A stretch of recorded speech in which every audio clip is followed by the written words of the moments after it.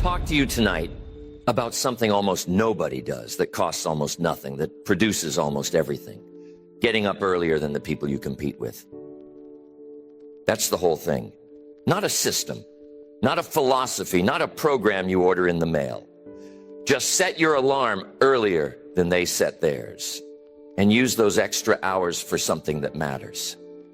Now, some of you sitting here tonight are looking at me like, that's it. That's what you got up here to tell me. Yeah, that's it. And the reason it's still worth telling is that almost nobody does it. You want to know why some folks build something extraordinary while working a regular job, and the guy sitting next to them at the same job builds nothing? 9 times out of 10, one of them was up at 5:30 in the morning, and the other was up at 7:30. That's the whole difference. 2 hours every day for years. Let me put it to you this way. The people you're competing with, for the job, for the promotion, for the life you want, most of them are still asleep at 6 in the morning. They will not be up for another hour and a half. Some of them will not be up for 2.5 hours. All that time belongs to you if you want to claim it. Nobody's fighting you for the hours between 5 and 7 in the morning. Nobody. The world is quiet. The phone doesn't ring. The mail hasn't come. Nobody wants anything from you. The most peaceful, most useful stretch of time available to a working adult is sitting there every morning, and almost nobody takes it. Tonight, I want to walk you through why this matters and what to do with those hours once you've got them. Because getting up early by itself doesn't do much. What you do in that time is the whole ball game. And I've got a story about a fella named Bill Roland that I'll tell you before we're done. Because Bill figured this out the hard way, and what he learned changed his life. Now, before we go any further, let me put some real numbers on this so you can see what we're talking about. Say you get up at 5:30 every morning. Say you go to work at 8. That gives you 2.5 hours before the workday. Take out half an hour for coffee, breakfast, getting dressed. You've got 2 hours of useful time every single morning. 2 hours a day, 5 days a week is 10 hours. 50 weeks a year is 500 hours. 10 years of that is 5,000 hours. 5,000 hours. Think about what a person could do with 5,000 hours. That's enough time to become good at just about anything. Write books, learn a whole trade, build a business on the side. Turn yourself into somebody the you of 10 years ago would not recognize. Now, here's what's funny. Almost none of the folks around you are doing anything with those hours. They're asleep. 20 years ago, they were asleep. 20 years from now, they'll still be asleep. And the whole time, those hours were available to them, too. They just never claimed any of them. I want you to hear me on this. The gap between the people who build a life and the people who don't, a big part of it is those early hours. It's not talent. It's not luck. It's not who you know. It's whether you were up when the world was quiet and what you did with the quiet. You cannot get those hours back later. You can't. The hours you spent sleeping past 6 in the morning for the last 10 years are gone. They will not come back. The next 10 years of hours are still available. That's it. That's the offer. And listen, I'm not talking about being a hero. I'm not asking you to get up at 4 in the morning. I'm asking you to get up when the sun is coming up, which is what people did for about 10,000 years before somebody invented the snooze button. That's the whole request. So let me tell you what to actually do with this. First thing you need to understand, those early hours are not just extra hours, they are better hours. You know why? Nobody's calling you. Nobody's stopping by. The kids aren't up. The dog isn't barking. Your mind is fresh. You haven't spent it yet on the 20 little decisions of the morning. You can think. You can actually think. Try to think at 3 in the afternoon. Try to write something at 3 in the afternoon. Try to solve a hard problem at 3 in the afternoon. You cannot do it. Not the same way. By 3 in the afternoon, your head has been through the ringer. Meetings, interruptions. Somebody asked you 5 questions you didn't want to answer. Your energy is spent. Your focus is chewed up. An hour at 6 in the morning is worth 2 hours at 3 in the afternoon. I'm telling you, I have watched this in my own life. and in the lives of just about everybody I know who's ever built anything. The morning hour is worth more than the afternoon hour. It just is. And the reason nobody knows this is that they've never actually tried the morning hour. They only know the afternoon hour. And the afternoon hour tells them, work is hard, work is slow, work drains me. Because it does in the afternoon when you're already spent. The morning hour tells you something different. The morning hour says, here I am, fresh, quiet, all yours. What do you want to do? Most folks never hear that voice because they're still asleep when it's talking. Now here's where most folks who try this fall on their face. They hear what I just told you, and they go home and set the alarm for 5:30, and they stay up until midnight watching TV, and they get up at 5:30 exhausted, and by the third day, they've quit. I'm going to tell you a secret. Waking up early isn't the trick. Going to bed early is the trick. You cannot get up at 5:30 in the morning if you went to bed at midnight. Well, you can. Once. Twice, maybe. Not for a year. Not for 10 years. Not for the rest of your life. The body will not cooperate. The willpower will not cooperate. You will quit, and you will feel bad about quitting. And you'll tell yourself, early rising is not for you. Early rising is for you. Your body was built to get up when the sun comes up. What you have not done is give your body permission to go to sleep when the sun goes down, or close to it. 9:30, 10 at the latest, that's your bedtime. Some of you are laughing at me. 9:30? What am I supposed to do with the evening? I'll tell you what you're supposed to do with the evening. You're supposed to end it earlier. The 3 hours of television between 9 and midnight, you're not going to miss them. I promise you. Those 3 hours are worth almost nothing. The 2 hours you're going to gain in the morning are worth almost everything. You're trading 3 hours of tired evening time when you're already half dead for 2 hours of sharp morning time when your mind is at its best. That's the trade. It's a good trade. It's the best trade you're ever going to get in your whole life on a swap of hours. But you have to make the trade. You cannot get the morning without giving up the evening. There's no way around it. The people who try to keep the evening and add the morning quit within a month, they have to because they're not sleeping. So the discipline you're looking at isn't really a get up early discipline. It's a go to bed early discipline. Fix the bedtime and the waking up takes care of itself. Try to fix the waking up without touching the bedtime and you're wasting your time. Now let me tell you about Bill Roland. Bill was a fella I knew years ago. Sold insurance, had a wife named Doris, 2 kids, a house on a nice street. Nothing fancy about Bill, nothing to look at twice. He was, by every measure, an average American middle-class man in his late 30s. Except Bill had read somewhere in some book or magazine that successful people got up early. So Bill decided to become an early riser. Set the alarm for 5 in the morning, bought a coffee maker with a timer, the whole 9 yards. For 6 months, Bill got up at 5 in the morning every day, rain or shine, weekday or weekend. He was religious about it. You want to know what he had to show for it after 6 months? Nothing. Absolutely nothing. His life looked exactly the same. His income was the same. He hadn't lost weight. He hadn't gained skills. He hadn't started anything new. He was just up earlier. Here's what Bill was doing with all those early hours. He was making coffee. He was reading the paper. He was making another cup of coffee. He was taking a walk around the block.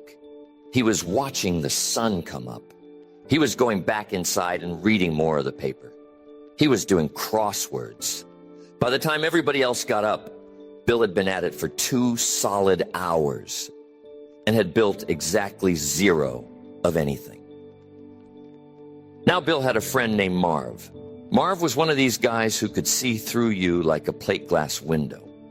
And one Saturday, Marv was over at Bill's house. Marv said, "Bill, I hear you've been getting up at 5 in the morning." Bill said, "Yeah, 6 months now." Marv said, "What are you doing with the time?" Bill said, "Oh, I read, I take a walk, I get a jump on the day." Marv looked at him and said, "Bill, a jump on what?" Bill said, "Well, you know, just a jump." Marv said, "Bill, what have you been telling everybody for the last 10 years you were going to do as soon as you had time?" Bill knew right away. He'd been talking about writing a novel since he was 28 years old. He had the whole thing in his head. He'd tell people at cocktail parties. He had characters. He had a plot. He had a title. What he did not have was a book, or any part of a book, because he had never sat down and written any of it. Now, Bill had 2 hours every morning, and he was spending them on crosswords. Marv said, "Bill, go home, get out a legal pad, and starting Monday morning, from 5 to 6:30, you write. Not coffee first, not the paper, not the walk, just the pad. 90 minutes on the pad, every single morning." Bill went home, bought a stack of legal pads at the drugstore. Monday morning, the alarm went off at 5. Bill sat down at the kitchen table with the pad. He wrote for 90 minutes, and then he made coffee. He did that every single morning for the next 2 years. Some mornings the writing was good. Some mornings the writing was terrible. Some mornings he didn't want to do it. He did it anyway. 90 minutes on the pad. Then everything else. 2 years and change. After Marv sat him down, Bill Roland finished the first draft of his novel. Then he did a second draft. Then a third. A friend of his knew somebody who knew an agent. The book got picked up. It came out about a year and a half after that. Bill told me later, he said, "The getting up early didn't do a thing for me for 6 months. I was just tired earlier in the day and had nothing to show for it. The getting up early plus writing did everything. The waking up was easy. Figuring out what the waking up was for. That was the piece I'd been missing." Now I want you to hear what Bill said, because it's important. The getting up early was not the answer. The getting up early plus the one thing that mattered. That was the answer. If you're going to bother getting up at 5 in the morning, and this is the part almost everybody messes up, you better know what those hours are for. One thing. One specific thing that, if you did it every morning for 2 years, would change your whole life. Writing a book, building the business, learning the trade, getting into shape, whatever it is for you. One thing, not 5 things. Not a general self-improvement thing. One specific thing that has a name and a shape and a finish line. You aim the early hours at that one thing every morning, and you don't stop. That's the whole game. Now here's another thing I want you to notice about this. Nobody knows you're doing it. Your competition, the folks you're going to outrun with these hours, they cannot see you. They're asleep. They have no idea what you're doing at 5:30 in the morning. They can't factor it into their picture of what you're up to. As far as they're concerned, you're a regular guy showing up to a regular job at 9, same as them. And meanwhile, over the years, you're pulling ahead slowly, then more than slowly, then a lot by the time it starts showing. The book comes out, the business gets big, the promotion you've been building toward comes through. The folks around you cannot figure out how you did it. They saw you at work every day. They know your salary. They know your hours. They don't know about the early morning hours. They can't. They were sleeping. So they start to wonder if you got lucky, or if you knew somebody, or if you had some money from your family they didn't know about, or if you're just naturally talented in some way they never noticed. They will come up with any explanation except the real one. The real one is that you were up. You were up before them for 20 years, aimed at one thing, and now you have what that one thing produces. It's not a mystery. It's not luck. It's just that you added 5,000 hours of work to your life that they didn't add to theirs.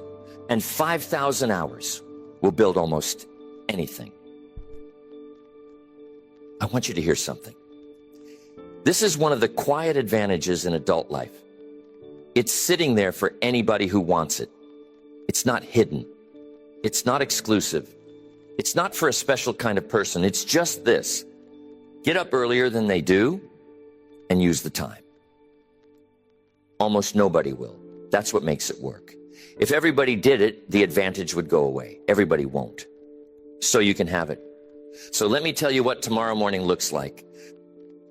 Tonight you go to bed at 9:30, not 11, not 10:30, 9:30. I know some of you don't want to. Do it anyway. This is night one of the rest of your life. You set the alarm for 5:30 in the morning.